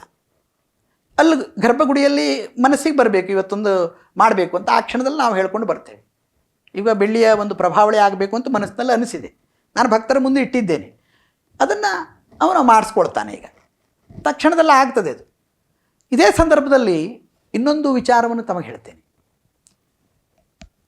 ಈಗ ಬರುವಂಥ ಏಪ್ರಿಲ್ 14ರಿಂದ ಮೇ 31 ತನಕ ಪ್ರತಿನಿತ್ಯ 1008 ಮೋದಕಕ್ಕೆ ಕಡಿಮೆ ಇಲ್ಲದ ಹಾಗೆ ಮೋದಕದ ಹವನ ನಡೀತದೆ. ನಿತ್ಯ 48 ದಿವಸ. ಅದನ್ನು ಮಂಡಲ ಮೋದಕ ಹವನ ಅಂತಲೇ ಅದರ ಹೆಸರು. ಹಾಗಾಗಿ ಅದನ್ನು ಯಾಕೆ ಇಟ್ಟಿರೋದು ಉದ್ದೇಶ ಇಷ್ಟೇ. ಅನೇಕ ಬಡವರು ನಮ್ಮಲ್ಲಿ 1000 ಮೋದಕ ಹವನವನ್ನು ಮಾಡಬೇಕು, ನಮಗೊಂದು ಅವಕಾಶ ಬೇಕಾಗಿತ್ತು ಅಂತ ಹೇಳಿದಾಗ ಈಗಿನ ದೇವಸ್ಥಾನದ ನಮ್ಮ ಈಗಿನ ವ್ಯವಸ್ಥೆಯಲ್ಲಿ ಅವರು ತಿಳಿದಷ್ಟು ಸುಲಭದಲ್ಲಿ ಮಾಡಲಿಕ್ಕೆ ಆಗೋದಿಲ್ಲ. ಅದಕ್ಕೊಂದಿಷ್ಟು ವೆಚ್ಚ ಇದೆ. ಆದರೆ ಆ ವೆಚ್ಚವನ್ನು ಭರಿಸುವುದಕ್ಕೆ ಆ ಬಡವರಿಗೂ ಆಗೋದಿಲ್ಲ, ತುಂಬ ಕಷ್ಟ. ಯಾಕೆಂದರೆ ಈಗ ಒಂದು 15-20-25 ಸಾವಿರ ಬೇಕು ಅಂತಂದರೆ ಎಲ್ಲಿಂದ ಅವನು ಕೊಡ್ತಾನೆ. ಆದರೆ ಅವನಿಗೆ ಪೂರ್ಣ ಪ್ರಮಾಣದಲ್ಲಿ ತಾನು ಅದನ್ನು ಮಾಡಲೇಬೇಕು ಅಂತಿದೆ. ಹಾಗಂತ ಇಲ್ಲೊಂದು ಒಂದು ಮಂತ್ರದ ಒಂದು ವಾಕ್ಯವೂ ಇದೆ, ಯೋ ಮೋದಕ ಸಹಸ್ರೇಣ ಯಜತಿ ಸ ವಾಂಛಿತ ಫಲವಾಪ್ನು. ಯಾರು ಮೋದಕವನ್ನು ಮಹಾಗಣಪತಿಗೆ 1000 ಸಂಖ್ಯೆಯಲ್ಲಿ ಅರ್ಪಣೆ ಮಾಡ್ತಾರೋ ಅವರ ಮನಸ್ಸಿನ ಇಷ್ಟಾರ್ಥಗಳು ಅದನ್ನು ಮಹಾಗಣಪತಿ ಈಡೇರಿಸಿಕೊಡ್ತಾನೆ ಅಂತ ಅರ್ಥ. ಹಾಗಾಗಿ ಅಂಥದ್ದು ಎಲ್ಲರಿಗೂ ಸಿಗಲಿ ಎನ್ನುವಂಥ ಕಾರಣಕ್ಕಾಗಿ 48 ದಿವಸದ ಒಂದು ಹವನವನ್ನು ನಾನು ಕೈಗೆತ್ತಿಕೊಂಡಿದ್ದೇನೆ. ಅದರಲ್ಲಿ ವಿಶೇಷ ಅಂತಂದರೆ, ಉದಾಹರಣೆಗೆ ತಾವೇ ಬರಲಿ ಮತ್ತೊಬ್ಬರು ಬರಲಿ, ಆರಂಭದಲ್ಲಿ ತಮ್ಮ ಹೆಸರನ್ನು ನೋಂದಾಯಿಸಿದರೆ ಸಾಕು. ನೀವು 48,000 ಮೋದಕ ಹವನ ಮಾಡಿದಾಗ ಒಂದಲ್ಲ, ಈ ಒಂದು ನೆಲೆಯಲ್ಲಿ 48 ದಿವಸದ ಒಂದು ಶ್ರೇಷ್ಠವಾದಂಥ ಕಾರ್ಯಕ್ರಮವನ್ನು ಇಟ್ಟಿದ್ದೇನೆ. ಇದೇ ಸಂದರ್ಭದಲ್ಲಿ ನಾನು ಈ ಮಾಧ್ಯಮವನ್ನು ಬಳಸಿಕೊಂಡು ಅವರೆಲ್ಲರಿಗೂ ಆಮಂತ್ರಣವನ್ನು ಸಹ ಕೊಡ್ತಾ ಇದ್ದೇನೆ. ಯಾಕೆಂದರೆ ಭಕ್ತರ ಸಹಕಾರದಿಂದ, ಅದು ಭಕ್ತರಿಗಾಗಿ ಆಗುವಂಥದ್ದು, ಭಕ್ತರ ಸಹಕಾರದಿಂದಲೇ ಆಗಬೇಕಾದಂಥದ್ದು. ಆ ಮೂಲಕವಾಗಿ ಭಗವಂತನ ಒಂದು ಆಶೀರ್ವಾದ, ಕಲಿಯುಗೆ ಸಂಘಶಕ್ತಿ ಅಂತ ಹೇಳ್ತಾರೆ. ನೀವು ಭಕ್ತರು ಎಲ್ಲರೂ ಸೇರಿ ಒಂದೆಡೆಯಲ್ಲಿ ಕಾರ್ಯಕ್ರಮ ಮಾಡಿದರೆ ಖಂಡಿತವಾಗಿ ಭಗವಂತ ಬಂದೇ ಬರ್ತಾನೆ. ಅದಕ್ಕೆ ಸದ್ಯದ ನಿಮಗೆ ಕುಂಭಮೇಳವೇ ಸಾಕ್ಷಿ. ಎಲ್ಲ ಭಕ್ತರಲ್ಲಿ ಇದ್ದಿದ್ದರಿಂದ ನನ್ನ ಅನಿಸಿಕೆ ಪ್ರತ್ಯಕ್ಷ ಪರಮೇಶ್ವರ ಅಲ್ಲಿ ನೆಲೆಗೊಳಿಸಿದ್ದಾನೆ ಎನ್ನುವುದರಲ್ಲಿ ನಮಗಲ್ಲಿ ನಡೀತಾ ಇರುವಂಥದ್ದು. ನಾವು ಹೆಮ್ಮೆಯಿಂದ ಅದನ್ನು ಹೇಳ್ಕೊಳ್ಬೇಕು. ಅಷ್ಟು ಶ್ರೇಷ್ಠವಾದಂಥ ಕಾರ್ಯಕ್ರಮ ಈ ಭಾರತ ವರ್ಷದಲ್ಲಿ, ಈ ಭಾರತ ಖಂಡದಲ್ಲಿ ಅದು ಆಗ್ತಾ ಇದೆ ಅಂತಂದರೆ ನಿಜವಾಗಿ ಈ ಘಟ್ಟದಲ್ಲಿರುವಂಥ ನಾವೆಲ್ಲ ಧನ್ಯರು ಅಂತ ನಾನಂತೂ ಒಪ್ಕೊಳ್ತಾ ಇದ್ದೇನೆ. ಹಾಗಾಗಿ 48 ದಿವಸ ಅಷ್ಟು ದೊಡ್ಡದು ಆ ಉತ್ಸವದಲ್ಲಿ ಕುಂಭಮೇಳದಲ್ಲಿ ನಮ್ಮ ಹತ್ರ ಭಾಗವಹಿಸ್ಲಿಕ್ಕೆ ಆಗದಿದ್ದರೆ ಏನಾಯಿತು. 48 ದಿವಸ ಎನ್ನುವಂಥ ಒಂದು ಭಗವಂತನ ಈ ಸೇವೆಯಲ್ಲಿ ಆದರೂ ನಾವು ಪ್ರಾಮಾಣಿಕವಾಗಿ ಭಾಗಿಯಾಗೋಣ ಎನ್ನುವುದು ನನ್ನ ಭಾವನೆ. ತಾವೆಲ್ಲ ಬರಬೇಕು ಅಂತ ಈ ಮೂಲಕ ಕೇಳ್ಕೊಳ್ತೇನೆ. ನಾನೀಗ ಫೋಟೋ ನೋಡ್ತಾ ಇದ್ದೆ, ಅದು ಮೂರ್ತಿ ಯಕ್ಷಗಾನ ಧರಿಸಿದೆ, ಯಕ್ಷಗಾನ ವೇಷ ಧರಿಸಿದಂತಿದೆ. ಅದಕ್ಕೇನಾದ್ರೂ ಹಿನ್ನೆಲೆ ಇದೆಯಾ? ಹಾಗೇನಿಲ್ಲ, ಅದು ನಾಟ್ಯ ಗಣಪತಿ ಅಂತ ಆಯ್ತಲ್ಲ, ನಾಟ್ಯ ರೂಪದಲ್ಲಿ ಅದನ್ನು ಕಡಿಬೇಕು ಅನ್ನುವಂಥದ್ದು ಒಂದು ಆಲೋಚನೆ ಬಂತು. ಆಗ ನಾನು ಸ್ವತಃ ಯಕ್ಷಗಾನ ಕಲಾವಿದನಾಗಿದ್ದೆ. ಹಾಗಾಗಿ ನನಗೆ ಯಕ್ಷಗಾನ ಅಂದರೆ ಇಷ್ಟ. ನಾನು ಕೆರೆಮನೆ ಶಂಭು ಹೆಗ್ಡೆಯವರ ಶಿಷ್ಯ. ನಾನು ಯಕ್ಷಗಾನವನ್ನು ಬಹುಕಾಲ ಮಾಡಕ್ಕೆ ಬಂದವನು. ದೇಶ ವಿದೇಶಗಳಲ್ಲಿ ಶಂಭು ಹೆಗ್ಡೆ ಕಡೆ ಹೋಗಿದ್ದೇನೆ. ಅನೇಕ ಗೌರವಗಳನ್ನು ಪಡ್ಕೊಂಡು ನನ್ನ ವೃತ್ತಿ ಮೇಳದಲ್ಲಿಂದ ಹಿಡಿದು ಹವ್ಯಾಸಿಯಾಗಿ ಎಲ್ಲ ರೀತಿಯಿಂದಲೂ ನಾನು ಯಕ್ಷಗಾನ ಕಲಾಕ್ಷೇತ್ರದಲ್ಲಿ ಸಾಮಾನ್ಯ ಈಗ 38-40 ವರ್ಷದ ಆಯಿತು ನನಗೆ ಅದರಲ್ಲಿ ಅನುಭವ ಆಗಿ, ಅಥವಾ ಆ ಕ್ಷೇತ್ರದಲ್ಲಿ ನಾನು ನನ್ನನ್ನು ತೊಡಗಿಸ್ಕೊಂಡು ಈಗಲೂ ನಾನು ವೇಷವನ್ನು ಮಾಡ್ತಾ ಇದ್ದೇನೆ. ಆಗ ಏನಾಯಿತು ಕೇಳಿದರೆ, ನನಗೆ ಆ ಯಕ್ಷಗಾನದ ಗಣಪತಿ ನಾಟ್ಯ ಗಣಪತಿ ಅಂದರೆ ಯಕ್ಷಗಾನದ ಆಭರಣ ಯಾಕಿರಬಾರ್ದು ಅಂತ ತಜ್ಞರಲ್ಲಿ ನಾನು ಸಮಾಲೋಚನೆಯನ್ನು ಮಾಡಿದ್ದೇನೆ. ನಾವು ಹೆಚ್ಚಾಗಿ ನಮ್ಮ ಗೊತ್ತಿರ್ಬೋದು ತಮಗೆಲ್ಲ ವಿದ್ವಾನ್ ಉಮಾಕಾಂತ್ ಪಟ್ಕೆರೆಕೈ ಅಂಥವ್ರ ಹತ್ರ ಎಲ್ಲ ಸಮಾಲೋಚನೆ ಮಾಡಿದಾಗ ಅವರು ಯಕ್ಷಗಾನದ ಆಭರಣವನ್ನು ತೊಡಸ್ಬೋದು, ಯಾಕೆಂದರೆ ಅದು ದೇಶ ಕಾಲಕ್ಕೆ ಸಂಬಂಧಪಟ್ಟಂಥದ್ದು ಆಭರಣ ಅಂತಂದರೆ ಹೇಳಿದಾಗ ನಾನು ನಮ್ಮ ಜಿ.ಎಲ್. ಭಟ್ ಅವರ ಶಿಲ್ಪಿಯವರ ಹತ್ರ ಸಮಾಲೋಚನೆ ಮಾಡಿ ಯಕ್ಷಗಾನದ ಒಂದು ವೇಷದ ಹಾಗೇ ಕಾಣಬೇಕು ಅಂತ ಹೇಳಿದಾಗ ಅವರಿಗೂ ಯಕ್ಷಗಾನದ ಬಗ್ಗೆ ತುಂಬ ಗತಿ ಇದೆ. ನಮ್ಮ ಇದನ್ನು ಕೆತ್ತಿದಂಥ ಶಿಲ್ಪಿ ಅವರಿಗೂ ಚೆನ್ನಾಗಿ ಗೊತ್ತಿದೆ. ಅವರು ಅದನ್ನು ಇಟ್ಟುಕೊಂಡು ಆ ರೀತಿಯ ಒಂದು ಸುಂದರವಾದಂಥ ಮೂರ್ತಿಯನ್ನು ಮಾಡಿಕೊಟ್ಟಿದ್ದಾರೆ. ಯಕ್ಷಗಾನದ ಆಭರಣವನ್ನು ತೊಡಸಬೇಕು ಎನ್ನುವುದು ನನ್ನ ಆಸೆ. ನಾನು ಅದರಿಂದ ತೊಡಸಿದ್ದೇನೆ. ಅದು ಶಾಸ್ತ್ರಕ್ಕೆ ತೊಂದರೆ ಇಲ್ಲ ಅಂತ ಹೇಳಿದರು. ಅಳತೆ ಎಲ್ಲ ಅದು ಮಂತ್ರಕ್ಕೆ ಆ ಸಂಬಂಧಪಟ್ಟ ಶ್ಲೋಕಕ್ಕೆ ಸಂಬಂಧಪಟ್ಟಂಥ ಎಲ್ಲ ಆಕೃತಿಯಲ್ಲಿದೆ. ಅದರಲ್ಲಿ ಒಂದು ವ್ಯತ್ಯಾಸವಾಗಿ ಕಾಣುವುದು ಅಂತಂದರೆ ಯಕ್ಷಗಾನದ ಸಂಪೂರ್ಣ ಆಭರಣ ಒಂದು ಕಿರೀಟ ವೇಷಧಾರಿ ನೃತ್ಯ ಮಾಡುವಾಗ ಕುಣಿತಾ ಇರುವಾಗ ಹೇಗೆ ಕಾಣ್ತದೋ ಹಾಗೇ ಕಾಣ್ತದೆ, ಅಷ್ಟು ಸುಂದರವಾಗಿ ಅದಿದೆ. ಅದರಲ್ಲಿ ಇನ್ನೊಂದು ಸಂಗತಿ ಇದೆ. ಇಡೀ ಬಹುತೇಕ ಎಲ್ಲಿಯೂ ದಕ್ಷಿಣೋತ್ತರ ಕನ್ನಡ ಇರ್ಬೋದು ಅಥವಾ ಕೇರಳದಲ್ಲಿರ್ಬೋದು ಅಥವಾ ಕರ್ನಾಟಕದಲ್ಲಿ ಇನ್ನಿತರ ಜಾಗದಲ್ಲಿರ್ಬೋದು, ನನಗೆ ಗೊತ್ತಿದ್ದ ಹಾಗೆ ಅಥವಾ ತಿಳಿದವರು ನನಗೆ ಕೊಟ್ಟ ಅಭಿಪ್ರಾಯದ ಪ್ರಕಾರ ಆ ರೀತಿಯ ಯಕ್ಷಗಾನದ ಶೈಲಿಯ ಗಣಪತಿ ಪ್ರಪಂಚದಲ್ಲಿ ಇನ್ನೊಂದಿಲ್ಲ. ಇದು ಒಂದೇ. ಇನ್ನು ಮುಂದೆಲ್ಲಾದರೂ ಆಗಬೇಕು ಬಿಟ್ಟರೆ ಈಗಿರುವುದರಲ್ಲಿ ಇದೇ ಪ್ರಥಮ. ಹಾಗಾಗಿ ಯಕ್ಷವಿನಾಯಕ ಅಂತ ಕರೆದ್ರೆ ಮಂತ್ರದಲ್ಲಿ ಇದೆಯಂತೆ ಅದು ಯಕ್ಷವಿನಾಯಕ ಅಂತ. ಆದರೆ ತೋರಿಸ್ಲಿಕ್ಕೆ ಎಲ್ಲಿದೆ ಕೇಳಿದರೆ ಯಕ್ಷವಿನಾಯಕ ಈಗ ಸದ್ಯದಲ್ಲಿ ಕಲಗದ್ದೆಯಲ್ಲಿ ಮಾತ್ರ ಇದೆ. ಸಂಪೂರ್ಣ ಯಕ್ಷಗಾನದ ಆಭರಣವನ್ನು ಧರಿಸ್ಕೊಂಡು ನಿಂತಿದೆ. ಮತ್ತು ಕ್ಷಿಪ್ರಪ್ರಸಾದ ಯಕ್ಷವಿನಾಯಕ ಕೇಳಿದ್ದಂಥ ತಕ್ಷಣದಲ್ಲಿ ಕೊಡುವಂಥ ಒಂದು ಯಕ್ಷಗಾನದ ವಿನಾಯಕ. ಅಂಥ ಒಂದು ಯಕ್ಷಗಾನದ ವಿನಾಯಕನ ಸ್ಥಾಪನೆ ಭಗವಂತನ ಕೃಪೆಯಿಂದ ದೈವೀ ಸಂಕಲ್ಪದಿಂದ ತಮ್ಮೆಲ್ಲರ ಸಹಕಾರದಿಂದ, ನನ್ನ ಪ್ರಯತ್ನ ಅಂತ ನಾನೇನು ವಿಶೇಷ ಹೇಳ್ಕೊಳ್ಳೋದಿಲ್ಲ, ಅಂತೂ ಅಲ್ಲಿ ಆಗಿದೆ. ಕಾರ್ಯಕ್ರಮಗಳು ತುಂಬ ನಡೀತಾ ಇದೆ. ಇನ್ನೂ ಆಗಬೇಕಾದದ್ದು ಬಹಳಷ್ಟಿದೆ. ಈಗ ಒಂದಷ್ಟು ವಿದ್ಯಮಾನಗಳು ನಡೀತಾ ಇದೆ. ಅಂದ್ರೆ ನಮ್ಮ ದೇವಸ್ಥಾನಗಳು ಅಂದ್ರೆ ಹಿಂದೂ ಧರ್ಮದ ದೇವಸ್ಥಾನಗಳನ್ನು ಮಾತ್ರ ಸರ್ಕಾರ ಮುಜರಾಯಿ ಇಲಾಖೆಯ ಆಡಳಿತಕ್ಕೆ ತಗೊಳ್ತಾ ಇದೆ. ಅಂದ್ರೆ ನಮ್ದು ಸರ್ವಧರ್ಮ ದೇಶ, ನಮ್ಮ ದೇಶದಲ್ಲಿ ಬೇಕಾದಷ್ಟು ಧರ್ಮಗಳಿವೆ. ಆದ್ರೆ ಅವರ ಧಾರ್ಮಿಕ ಸ್ಥಳಗಳನ್ನ ಯಾರು ಸರ್ಕಾರದ ಆಡಳಿತಕ್ಕೆ ತಗೊಳ್ತಾ ಇಲ್ಲ. ಕೇವಲ ಹಿಂದೂ ಧರ್ಮದ ದೇವಸ್ಥಾನಗಳನ್ನ ಮಾತ್ರ ಮುಜರಾಯಿ ಇಲಾಖೆಯ ಆಡಳಿತಕ್ಕೆ ತೆಗೆದುಕೊಳ್ತಾ ಇದೆ. ಈ ಮೂಲಕ ಸರ್ಕಾರ ಹಿಂದೂಗಳನ್ನೇ ಟಾರ್ಗೆಟ್ ಮಾಡ್ತಿದ್ಯಾ? ನಿಮ್ಮ ಅಭಿಪ್ರಾಯ ಏನು? ಸರ್ಕಾರ ಸ್ವಾಯತ್ತ ಆಡಳಿತ ಮಂಡಳಿಯ ಅಧಿಕಾರಕ್ಕೆ ದೇವಸ್ಥಾನಗಳನ್ನ ಕೊಡಬೇಕಾ ಅಥವಾ ಮುಜರಾಯಿ ಇಲಾಖೆ ಆಡಳಿತದಲ್ಲಿ ಇರಬೇಕಾ? ಈ ವಿಚಾರದಲ್ಲಿ ಪ್ರಶ್ನೆ ಮಾಡಿದರೆ ಸರ್ಕಾರ ಯಾವಾಗಲೂ ಹಸ್ತಕ್ಷೇಪವನ್ನು ದೇವಸ್ಥಾನದ ವಿಚಾರದಲ್ಲಿ ಖಂಡಿತ ಮಾಡಿಕೊಡುದು. ಯಾಕೆಂದರೆ ಇದು ಒಂದು ಶ್ರದ್ಧಾ ಕೇಂದ್ರ, ಧಾರ್ಮಿಕವಾದಂಥ ಮನೋಭಾವನೆಯಿಂದ ಎಲ್ಲರೂ ಮಾಡಿಕೊಂಡು ಹೋಗ್ತಾ ಇರುವಂಥ ಒಂದು ವ್ಯವಸ್ಥೆ. ಅದು ಧಾರ್ಮಿಕವಾದಂಥ, ನಮ್ಮಲ್ಲೆಲ್ಲ ಧಾರ್ಮಿಕ ಸ್ವತಂತ್ರ ಅಂತ ಹೇಳ್ತಾರೆ, ಅದ್ರ ಮೇಲೆ ಇವೆಲ್ಲ ಬೇರೆ ಬೇರೆದಿದ್ದನ್ನಷ್ಟು ಮಾಡ್ತಾರೆ. ಮತ್ತು ಅದರಲ್ಲಿ ಪಕ್ಷಪಾತ ಇದೆ. ನಾವು ಆಯಿತು ಒಪ್ಪಿಕೊಳ್ಳೋಣ, ಔದಾರ್ಯವನ್ನು ಮೆರೆಯೋಣ, ಸರ್ಕಾರದವರು ಒಪ್ಪಿಕೊಳ್ಳಿ ಅಂತಂದರೆ ಹಾಗೆ ಉಳಿದವ್ರ ಮೇಲೆ ಇಲ್ಲಲ್ಲ. ಅವ್ರದ್ದು ಬುದ್ಧಿಪೂರ್ವಕವಾಗಿ ಹಿಂದೂ ಸಂಘಟನೆ ಮೇಲೆ, ಹಿಂದೂ ದೇವಾಲಯಗಳ ಮೇಲೆ ಇದೆ ಅಂತಂದರೆ ಅದನ್ನು ಯಾವ ಕಾಲಕ್ಕೂ ಸಹಿಸ್ಕೊಳ್ಬಾರದು. ಇಷ್ಟೆಲ್ಲ ಆಗೋದಕ್ಕೆ ಕಾರಣ ನನ್ನ ಅಭಿಪ್ರಾಯ, ನಾವು ತಾಳ್ಮೆಯನ್ನು ತೆಗೆದುಕೊಂಡು ಹಿಂದೂಗಳು ಇಷ್ಟೆಲ್ಲ ಸಹಿಸಿಕೊಂಡಿದ್ದೇ ಇಂದು ಇಂಥ ದುರ್ನೀತಿ ಜಾರಿಯಲ್ಲಿರೋದಕ್ಕೆ ಕಾರಣ ಅಂತ ನಾನು ಕಟುವಾಗಿ ಹೇಳುವುದಕ್ಕೆ ಪಡ್ತಾ ಇದ್ದೇನೆ. ಯಾಕೆಂತಂದರೆ ಅದು ಮಾಡಬಾರ್ದು. ಯಾಕೆಂದರೆ ಇಲ್ಲಿ ಆದಾಯ ಇರ್ಬೋದು, ಇಲ್ಲಿ ವ್ಯವಸ್ಥೆ ಇರ್ಬೋದು, ಧಾರ್ಮಿಕಕ್ಕೆ ಒಂದು ಬೇರೆ ವ್ಯವಸ್ಥೆ ಇದೆ. ಇವರು ಯಾರ್ಯಾರೋ ಬಂದು ಧರ್ಮದ ಬಗ್ಗೆ ಅಭಿಮಾನ ಇಲ್ಲದೆ ಇರುವವರು, ಧರ್ಮದ ಬಗ್ಗೆ ನಂಬಿಕೆ ಇಲ್ಲದೆ ಇರುವವರು, ದೇವ್ರ ಬಗ್ಗೆ ನಂಬಿಕೆನೇ ಇಲ್ಲದೆ ಇರುವವರು, ದೇವ್ರ ಬಗ್ಗೆ ಬೇಕಾಬಿಟ್ಟಿ ಮಾಡುವವರೆಲ್ಲ ದೇವಸ್ಥಾನದ ಆಡಳಿತದ ನಿರ್ದೇಶಕರು, ನಿಯಂತ್ರಕರು ಅಥವಾ ಅದ್ರದ್ದು ಹೀಗಾಗಬೇಕು ಹಾಗಾಗಬೇಕು ಹೇಳುವವರು ಆಗಿಬಿಟ್ರೆ ಅದಕ್ಕಿಂತ ದುರಂತ ಇನ್ನೊಂದಿಲ್ಲ ಅಲ್ವಾ? ಒಂದು ದೇಶವನ್ನು ನಡೆಸುವಂಥ ಅಥವಾ ರಾಜ್ಯವನ್ನು ನಡೆಸುವಂಥ ಒಂದು ವ್ಯಕ್ತಿಗಳಿಗೆ ಅದನ್ನು ನಡೆಸುವಂಥ ಸಾಮರ್ಥ್ಯ ಇರಬೇಕಾಗ್ತದೆ. ಅಂಥವ್ರ ಕೈಯಲ್ಲಿ ಇರಬೇಕದು. ಇಲ್ಲೂ ಹಾಗೆ ಈ ಧರ್ಮ, ದೇವಸ್ಥಾನ ಇತ್ಯಾದಿಗಳೆಲ್ಲ ಬಂದರೆ ತಿಳ್ಕೊಂಡು ಸುಲಭ ಅಲ್ಲ. ಅದು ಯಾವುದೋ ಒಂದು ವ್ಯಾಪಾರದ ಮಳಿಗೆ ಅಲ್ಲ. ಅದು ವ್ಯಾಪಾರದ ಮಳಿಗೆ ಖಂಡಿತ ಅಲ್ಲ. ಅಲ್ಲಿ ಬೇರೆ ಬೇರೆ ಇದೆ. ಆ ಎಲ್ಲದರ ಸೂಕ್ಷ್ಮವನ್ನು ತಿಳಿದುಕೊಂಡು ನಡೆಸುವಂಥ ಸಾಮರ್ಥ್ಯ ಇದ್ದವರೇ ಬರಬೇಕು. ಬಿಟ್ಟರೆ ಅವರ ಸಲಹೆ, ಅವರ ನಿರ್ದೇಶನ, ಅವರ ಮಾರ್ಗದರ್ಶನ, ಅದನ್ನು ಪೋಷಿಸುವವರ ಮನಸ್ಸಿಗೆ ಧಕ್ಕೆ ಆಗದ ರೀತಿಯಲ್ಲಿ ಎಲ್ಲ ವ್ಯವಸ್ಥೆಗಳಿರಬೇಕಲ್ಲ.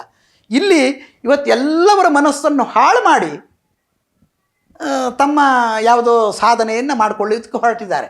ಇದು ನಾನು ಖಂಡಿತ ಖಂಡಿಸ್ತೇನೆ. ಇದನ್ನು ನಾವು ನನ್ನ ವೈಯಕ್ತಿಕವಾಗಿ, ಇದು ದೇವಸ್ಥಾನದ ಆಡಳಿತಗಳು, ಅದು ಧಾರ್ಮಿಕವಾದಂಥ ಯಾವುದೇ ವ್ಯವಸ್ಥೆ, ಅದು ಆಯಾ ಧರ್ಮದ್ದು ಅವರವರಲ್ಲೇ ಇರಬೇಕು. ಅದು ಬಿಟ್ಟರೆ ಅದು ಇನ್ನೊಬ್ಬರು ಮೂಗು ತೂರಿಸುವಂಥ ಸಂಗತಿ ಅಲ್ಲ ಎನ್ನುವುದು ನನ್ನ ವಾದ. ಬುದ್ಧಿಜೀವಿಗಳು, ನಾನು ಬುದ್ಧಿಜೀವಿಗಳು ಅಂತ ಹೇಳೋಕ್ಕಿಂತ ನಾಸ್ತಿಕರು ಅನ್ನೋದಕ್ಕೆ ಇಷ್ಟಪಡ್ತೇನೆ.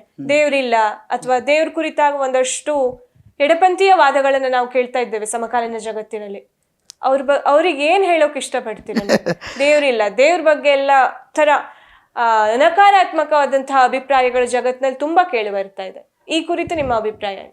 ಇದು ತುಂಬ ಸಂಕೀರ್ಣವಾದಂಥ, ನೋಡುವುದಕ್ಕೆ ಸರಳವಾದ ಪ್ರಶ್ನೆ ಆದರೂ ಇದರಲ್ಲಿ ಅಭಿಪ್ರಾಯವನ್ನು ಕೊಡುವಾಗ ತುಂಬ ಸಂಕೀರ್ಣವಾದಂಥ ವಿಚಾರ ಇದು. ಇದು ದೇವರಿದ್ದಾನೆ ಇಲ್ಲ ಎನ್ನುವುದು ಅದು ಕೇವಲ ಅನುಭವಕ್ಕೆ ವೇದ್ಯವಾದಂಥ ಸಂಗತಿಯೇ ಬಿಟ್ಟರೆ ಹಾಗೆ ಎಲ್ಲದನ್ನೂ ತೋರಿಸಲಿಕ್ಕೆ ಹೇಳಲಿಕ್ಕೆ ಬರುವಂಥ ಸಂಗತಿ ಅಲ್ಲ. ಉದಾಹರಣೆಗೆ ನೀವು ಸಿಹಿ ಅಂತ ನಾನು ನಿಮ್ಮಲ್ಲಿ ಕೇಳಿದರೆ ಸಿಹಿ ಹೇಗಿದೆ ಅಂತ ಅವ್ರು ತೋರಿಸ್ಲಿಕ್ಕೆ ಬರುವಂಥ ಸಂಗತಿಯ ಅದನ್ನು ತಿಂದವನು ಅನುಭವಿಸ್ಬೇಕು, ಇದು ಸಿಹಿ ಉಂಟು, ಇದು ಕಹಿ ಉಂಟು ಅಂತ. ಅದು ಅನುಭವಕ್ಕೆ ವೇದ್ಯವಾಗುವಂಥದ್ದು. ಸಕ್ಕರೆಯನ್ನು ತೋರಿಸ್ಬೋದು, ಅದು ಸಿಹಿಗೆ ಸಕ್ಕರೆ ಅಂತಲ್ಲ, ಸಿಹಿಗೆ ಒಂದು ಉಪಾಧಿಯನ್ನು ತೋರಿಸ್ಬೇಕೇ ಬಿಟ್ಟರೆ ಸಿಹಿ ಅಂತ ನೇರವಾಗಿ ತೋರಿಸ್ಲಿಕ್ಕೆ ಆಗೋದಿಲ್ಲ, ಕಹಿ ಅಂತ ನೇರವಾಗಿ ತೋರಿಸ್ಲಿಕ್ಕೂ ಆಗೋದಿಲ್ಲ. ಈ ದೇವತಾ ವಿಚಾರದಲ್ಲಿಯೂ ಹಾಗೆ ಅದು ಅವನ ಅಂತರ್ಗತವಾದಂಥ ವಿಕಾಸವೋ ಅದು ವಿಕಾರವೋ. ಈಗ ನಾನು ಹೇಳೋದಿಷ್ಟೇ, ಆ ಸಾತ್ವಿಕವಾದಂಥ ನಡೆಯಲ್ಲಿ ಬಂದಾಗ ಈ ದೇವತೆಗಳು ಹೀಗಿದ್ದೆಲ್ಲ ತನ್ನಿಂದ ತಾನೇ ಜಾಗೃತ ಆಗ್ತದೆ. ಅದು ಬಿಟ್ಟು ಬೇರೆ ಭಾವದಲ್ಲಿ ಇದ್ದಾಗ ಅದೆಲ್ಲ ಬರುವುದಿಲ್ಲ ಎನ್ನುವುದು ನನ್ನದೊಂದು ಕಲ್ಪನೆ. ಹಾಗಾಗಿ ಈಗ ಹೇಳಿದರೆ ತಪ್ಪಾಗ್ತದೋ ಏನೋ ಗೊತ್ತಿಲ್ಲ, ಈಗ ಅದೇ ಇಲ್ಲ ಅಂತ ಹೇಳುವವರು ಇದ್ದಾರಲ್ಲ, ಕೆಲವಷ್ಟು ವರ್ಗ ಇದ್ದಾರಲ್ಲ, ಅವರು ಎಷ್ಟೆಷ್ಟೋ ಸಂದರ್ಭದಲ್ಲಿ ನೀವೆಲ್ಲ ನೋಡಿದ್ದೀರಿ. ಆಯಾ ಸಂದರ್ಭದಲ್ಲಿ ತಾವರು ಹಿಂಗೆ ಪೂಜೆ ಮಾಡ್ತಿದ್ರಂತೆ, ಹಾಗೆ ಮಾಡ್ತಿದ್ರಂತೆ ಅಂತೆಲ್ಲ ನಾನು ಕೇಳಿದ್ದೇನೆ. ಅದು ತೋರಿಕೆಗೆ ಹೇಳುವುದು. ಈಗ ದೇವರು ಇಲ್ಲ ಎನ್ನುವಂಥ ಶಬ್ದದಲ್ಲಿ ಹೇಳುವಂಥ ಒಂದು ಶಬ್ದದವರು ಕಠೋರವಾಗಿದ್ದಿದ್ರು ನಾವು ಸಂತೋಷವಾಗಿ ಅದನ್ನು ಸ್ವಾಗತಿಸ್ಬೋದಿತ್ತು. ಅದೊಂದು ವಿರೋಧ ಭಕ್ತಿ ಅಂತಲೂ ತಿಳ್ಕೊಳ್ಬೋದಿತ್ತು. ಹಾಗಲ್ಲ, ಅವರು ಈ ಮಾಧ್ಯಮದ ಮುಂದೆ ಅದನ್ನು ಹೇಳ್ತಾರೆ ಬಿಟ್ಟರೆ ವಾಸ್ತವ ಅಲ್ಲ. ಮಾಧ್ಯಮದಲ್ಲಿ ಕಾಣಿಸ್ಕೊಳ್ಳುವುದು ಅಂತ ಹೇಳ್ತಾರಲ್ಲ, ಪಬ್ಲಿಸಿಟಿ ಚಟ, ಅದು ಹಾಗೆ ಹೇಳ್ಬೋದೇನು. ಆ ಒಂದು ಅದಕ್ಕಾಗಿ ಏನು ಬೇಕೋ ಅಂಥದ್ದು ಮಾತಾಡ್ತಾರೆ. ಅಂದರೆ ಬೆಳಗರೊಳಗೆ ಬೇಕಾದದ್ದನ್ನು ಮಾಡಿ ಪ್ರಪಂಚದಲ್ಲಿ ಕಾಣಿಸ್ಕೊಳ್ಳುವುದಕ್ಕೆ ಆಗೋದಿಲ್ಲ.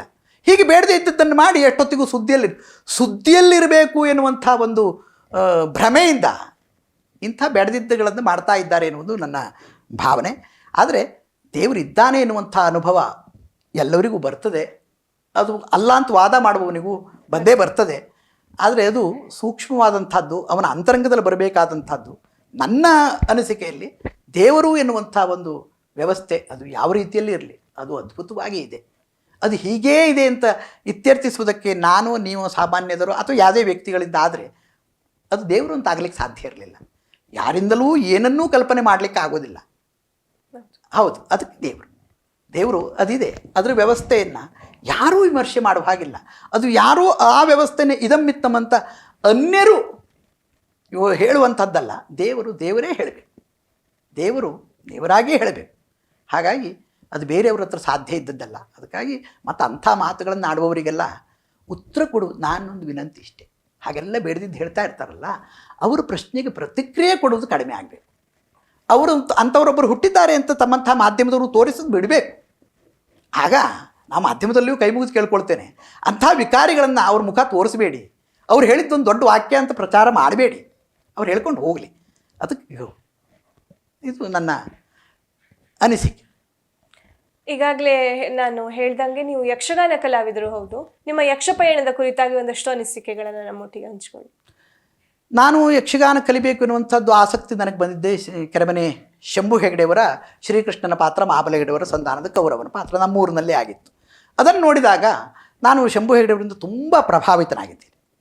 ನಾನು ಒಂದು ಅಭ್ಯಾಸ ಮಾಡಬೇಕು ಅಂತ ಬಂತು. ಹಾಗೆ ನನ್ನ SSLC ವಿದ್ಯಾಭ್ಯಾಸ ಮುಗಿಸಿದ ತಕ್ಷಣದಲ್ಲಿ ಅದು ಧರ್ಮಕರ್ಮ ಸಂಯೋಗ ಎನ್ನುವ ಹಾಗೆ ಕೆರೆಮನೆಯಲ್ಲಿ ಅವರು ಮೇಳವನ್ನು ಸ್ಥಗಿತಗೊಳಿಸಿ, ಅಂದರೆ ಬೆಳವರಿಗಿನ ಮೇಳ ಅದನ್ನು ಸ್ಥಗಿತಗೊಳಿಸಿ ಒಂದು ಶ್ರೀಮಯ್ಯ ಕಲಾಕೇಂದ್ರ ಅಂತ ಒಂದು ಯಕ್ಷಗಾನ ತರಬೇತಿ ಕೇಂದ್ರವನ್ನು ಆರಂಭ ಮಾಡಿದರು.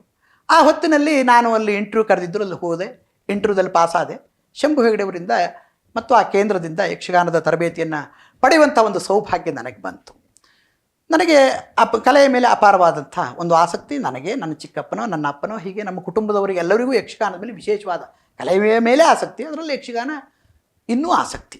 ಅಂಥ ಒಂದು ಆಸಕ್ತಿಯ ವಿಚಾರ ಅದನ್ನು ಕಲಿಸಿಕೊಡುವುದಕ್ಕೆ ಯೋಗ್ಯರು ನನಗೆ ಸಿಕ್ಕಿದ್ರು. ಆದ್ದರಿಂದ ತಕ್ಕ ಮಟ್ಟಿಗೆ ನಾನು ಯಕ್ಷಗಾನದ ಅಭ್ಯಾಸವನ್ನು ನಾನು ಮಾಡಿದ್ದೇನೆ. ಹೇಳ್ತಾರಲ್ಲ, ಸಮುದ್ರ ಎಷ್ಟೇ ಇರಲಿ ವ್ಯಕ್ತಿಗಳು ಹೋದ ಎಷ್ಟು ನೀರು ತರ್ತಾರೋ ಅವ್ರ ಪಾತ್ರೆಗೆ ಸಂಬಂಧ, ಹಾಗೆ ಶಂಭು ಹೆಗಡೆಯವರಲ್ಲೇ ಅಗಾಧವಾಗಿತ್ತು.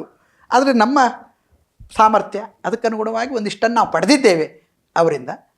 ಮತ್ತು ಅನೇಕ ವಿಚಾರದಲ್ಲಿ ಸಂಸ್ಕಾರವನ್ನು ಅವರಿಂದ ನಾವು ಪಡೆದಿದ್ದೇವೆ. ಇವತ್ತೇನಾದರೂ ನಾವು ಸಮಾಜ ಮಧ್ಯದಲ್ಲಿ ಅನೇಕ ಕೆಲಸಗಳನ್ನು ಮಾಡಿ ಅಥವಾ ಒಳ್ಳೆಯ ಕೆಲಸ ನಮ್ಮಿಂದ ಆದದ್ದಿದ್ದರೆ ಅದಕ್ಕೆಲ್ಲ ಶಂಭು ಹೆಗಡೆಯವರಂಥವರ ಮಾರ್ಗದರ್ಶನ ಮತ್ತು ಅವರ ಆಶೀರ್ವಾದ ಅಂತ ನಾವು ಎಲ್ಲಿ ನಿಂತುಕೊಂಡು ಪ್ರಾಮಾಣಿಕವಾಗಿ ಅದನ್ನು ಒಪ್ಪಿಕೊಳ್ಳುವುದಕ್ಕೆ ಸಿದ್ಧ. ಇಷ್ಟೊತ್ತು ನಮ್ಮೊಟ್ಟಿಗಿದ್ದು ತಮ್ಮ ಅಭಿಪ್ರಾಯ ಅನಿಸಿಕೆ ಹಂಚಿಕೊಂಡಂತಹ ವಿನಾಯಕ್ ಗಣಪತಿ ಹೆಗಡೆ ಅವರಿಗೆ ಹೃತ್ಪೂರ್ವಕ ಧನ್ಯವಾದಗಳು. ನಮ್ಮ ವಿಶ್ವಂಬರ ಟಿವಿ ಕುರಿತಾಗಿ ನಿಮ್ಮ ಅನಿಸಿಕೆಗಳನ್ನು ನಮ್ಮೊಟ್ಟಿಗೆ ಹಂಚಿಕೊಳ್ಳಿ. ನನಗೆ ತುಂಬ ಸಂತೋಷ ಆಗಿದೆ. ಇದು ಅತಿಶಯೋಕ್ತಿಗಾಗಿ ತಾವೇನೋ ಕೇಳ್ತಾ ಇದ್ದೀರಿ ಅಂತ ಹೇಳುವಂಥದ್ದಲ್ಲ. ನಾನು ಗಮನಿಸ್ತಾ ಇದ್ದೇನೆ, ಎಲ್ಲ ಕ್ಷೇತ್ರದ ವ್ಯಕ್ತಿಗಳನ್ನು ತಾವು ಕರೆದು ಸಂದರ್ಶನವನ್ನು ಮಾಡಿ ಅವರ ಅಂತರಂಗದ ಅಭಿಪ್ರಾಯಗಳನ್ನು ತಾವು ತಿಳಿದುಕೊಂಡು ಅದನ್ನು ಪ್ರಸಾರ ಮಾಡುವಂಥ ಒಂದು ಕಾಯಕಕ್ಕೆ ತಾವೆಲ್ಲ ಕೈ ಹಾಕಿದ್ದೀರಿ. ತುಂಬ ಶ್ರೇಷ್ಠವಾದಂಥ ಕೆಲಸ ಇದು ಮಾಡಲೇಬೇಕಾದಂಥದ್ದು. ಯಾಕೆಂದರೆ ಸಮಾಜದಲ್ಲಿ ಜಾಗೃತಿ ಆಗಬೇಕು.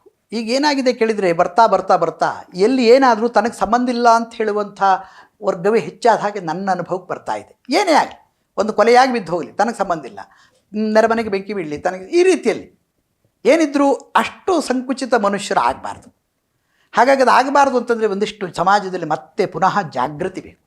ಆ ಜಾಗೃತಿ ಮೂಡಿಸುವಂಥ ಕೆಲಸ ಎಲ್ಲ ಕ್ಷೇತ್ರದಲ್ಲಿ, ಅದು ರಾಜಕೀಯ ಇರ್ಬೋದು, ಧಾರ್ಮಿಕ ಇರ್ಬೋದು, ಕಲೆ ಇರ್ಬೋದು, ಅಥವಾ ಇನ್ನಿತರ ಬೇರೆ ಬೇರೆ ಸಂಗತಿಗಳಿರ್ಬೋದು, ಅದೆಲ್ಲವನ್ನು ತಿಳಿದುಕೊಂಡು ತಾವು ಮಾಡ್ತಾ ಇದ್ದೀರಿ. ನಿಮ್ಮ ಪತ್ರಿಕೆಯನ್ನು, ನಿಮ್ಮ ವಿಚಾರವನ್ನು ನಾವು ನೋಡಿದರೆ ಯಾವುದೋ ಒಂದು ವಿಭಾಗದ ವ್ಯವಸ್ಥೆ ಅಲ್ಲ ನಿಮ್ಮದು, ಸಮಗ್ರ. ಹೀಗೆ ಬೆಳವಣಿಗೆ ಅಂದರೆ ಹಾಗೆ ಯಾವುದೋ ಒಂದು ತೀರ ಬೆಳೆದ್ರೆ ಅದು ವಿಕಾರ ಅಂತ ಅನ್ಸ್ಕೊಂಡು ಬಿಡ್ಬೋದು. ಈಗ ಶರೀರದಲ್ಲಿ ಕಣ್ಣು, ಕೈ, ಕಾಲು ಎಲ್ಲದೂ ಒಂದು ಅಳತೆ ಸೇರಿದ್ದಾಗ ಅದು ಸುಂದರ ಅಂತ ಅನಿಸ್ಕೊಳ್ತದೆ. ಯಾವುದೋ ಒಂದು ಹೆಚ್ಚು ಕಡಿಮೆ ಅದು ವಿಕಾರ ಆಗಿಬಿಡ್ತದೆ. ಇದು ಹಾಗೆ ಸಮಾಜದ ಎಲ್ಲ ಸ್ತರದ ಜನರನ್ನು ತಾವು ಕ್ರೋಢೀಕರಿಸ್ತಾ ಇದ್ದೀರಿ. ಸಮಾಜದ ಎಲ್ಲ ವ್ಯವಸ್ಥೆಗಳ ಕುರಿತಾಗಿಯೂ ತಮ್ಮ ಒಂದು ಪ್ರಸಾರದ ಬೆಳಕನ್ನು ಚೆಲ್ತಾ ಇದ್ದೀರಿ. ಇದೆಲ್ಲ ನೋಡಿದಾಗ ನಿಜವಾಗಿ ಇಂಥದ್ದೊಂದು ಮಾಧ್ಯಮ ವರ್ತಮಾನಕ್ಕೆ ಬೇಕೇ ಬೇಕಾಗಿತ್ತು. ಆ ಕಾಯಕಕ್ಕೆ ತಾವು ಕೈ ಹಾಕಿದ್ದೀರಿ. ನಿಜವಾಗಿ ಈ ನಿಮ್ಮ ಕೆಲಸಕ್ಕೆ ನಾನು ಅಂತಲ್ಲ, ನನ್ನನ್ನು ಒಳಗೊಂಡು ಸಮಾಜದ ಪ್ರತಿಯೊಬ್ಬ ಸ್ತರದ ಎಲ್ಲ ವ್ಯಕ್ತಿಗಳು ಬೆಂಬಲಿಸಬೇಕು. ತನ್ಮೂಲಕವಾಗಿ ವಿಶ್ವಂಬರ ಟಿವಿಯನ್ನು ಖಂಡಿತವಾಗಿ ನೀವೆಲ್ಲ ಬೆಂಬಲಿಸ್ತೀರಿ ಅನ್ನುವಂಥ ನಂಬಿಕೆಯೂ ನನ್ನದಾಗಿದೆ. ಧನ್ಯವಾದ.